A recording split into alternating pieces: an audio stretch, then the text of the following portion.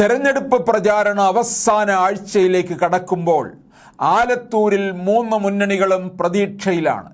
പാട്ടുംപാടി ജയിക്കുമെന്ന് UDF സ്ഥാനാർത്ഥിയായ sitting MP Ramya Haridas അവകാശപ്പെടുമ്പോൾ മണ്ഡലം തിരിച്ചു പിടിച്ചിരിക്കുമെന്നാണ് LDF സ്ഥാനാർത്ഥിയായ മന്ത്രി K രാധാകൃഷ്ണൻ പറയുന്നത്. വിജയ ഉറപ്പാണെന്ന് NDA സ്ഥാനാർത്ഥി TN സരസുവും പറയുന്നു.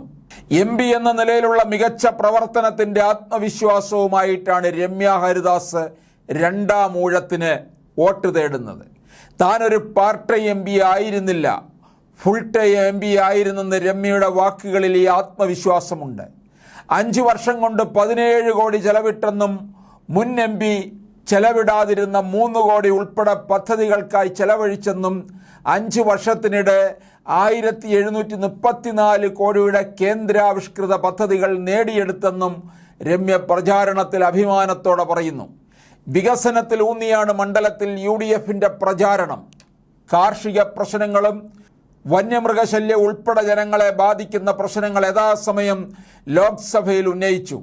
ആദിവാസി കോളനികളിൽ വൈദ്യുതിയും വെള്ളവും എത്തിക്കാനായി പറമ്പിക്കുളം, ആളിയാർ അടക്കമുള്ള അന്തർ സംസ്ഥാന നദീജല കരാറുകൾ പ്രകാരമുള്ള അർഹമായ വെള്ളം ലഭ്യമാക്കാൻ ഇടപെട്ടെന്നും രമ്യ അവകാശപ്പെടുന്നു. കഴിഞ്ഞ തവണത്തെ തെറ്റുതിരുത്തി മണ്ഡലം തിരിച്ചു പിടിക്കാനാണ് ഇത്തവണ LDFന്റെ ശ്രമം. ഇതിനാണ് മണ്ഡലത്തിൽ ഉൾപ്പെട്ട ചേലക്കരക്കാരൻ K രാധാകൃഷ്ണനെ സ്ഥാനാർത്ഥിയാക്കിയത്. ജനകീയൻ, പക്വമതി, മന്ത്രി, മുൻ സ്പീക്കർ, തെരഞ്ഞെടുപ്പിൽ ഇതുവരെ തോറ്റിട്ടില്ലാത്തയാൾ, ഇതൊക്കെയാണ് പാർട്ടി രാധാകൃഷ്ണനെ പരിഗണിക്കാൻ കാരണം.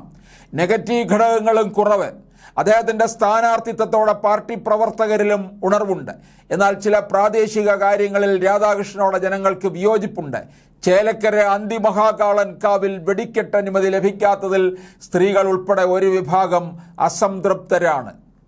വിക്ടോറിയ കോളേജ് മുൻ പ്രിൻസിപ്പൽ ഡോക്ടർ TN സരസുവാണ് NDAയ്ക്കായി മത്സരിക്കുന്നത്.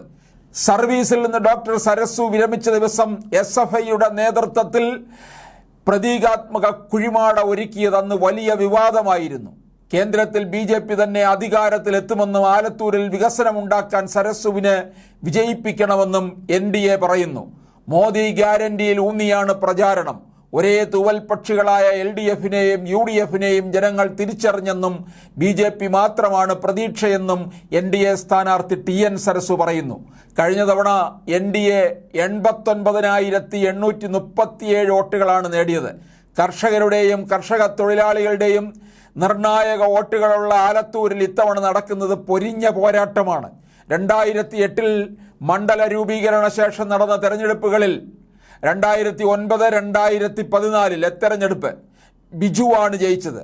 2019 മണ്ഡലം പിടിച്ച് രമ്യ ഹരിദാസ് ഇടതു മുന്നണിയെ ഞെട്ടിച്ചു. ബിജുവിനെ വീണ്ടും സ്ഥാനാർത്ഥിയാക്കിയതിലുള്ള പ്രവർത്തകരുടെയും പ്രാദേശിക നേതാക്കളുടെയും എതിർപ്പും അന്ന് തിരിച്ചടിച്ചിരുന്നു. ഇതെല്ലാം കണക്കുകൂട്ടിയാണ് ഇത്തവണ മികച്ച പ്രതിച്ഛായയുള്ള K രാധാകൃഷ്ണനെ ഇടതുമുന്നണി രംഗത്തിറക്കിയത്.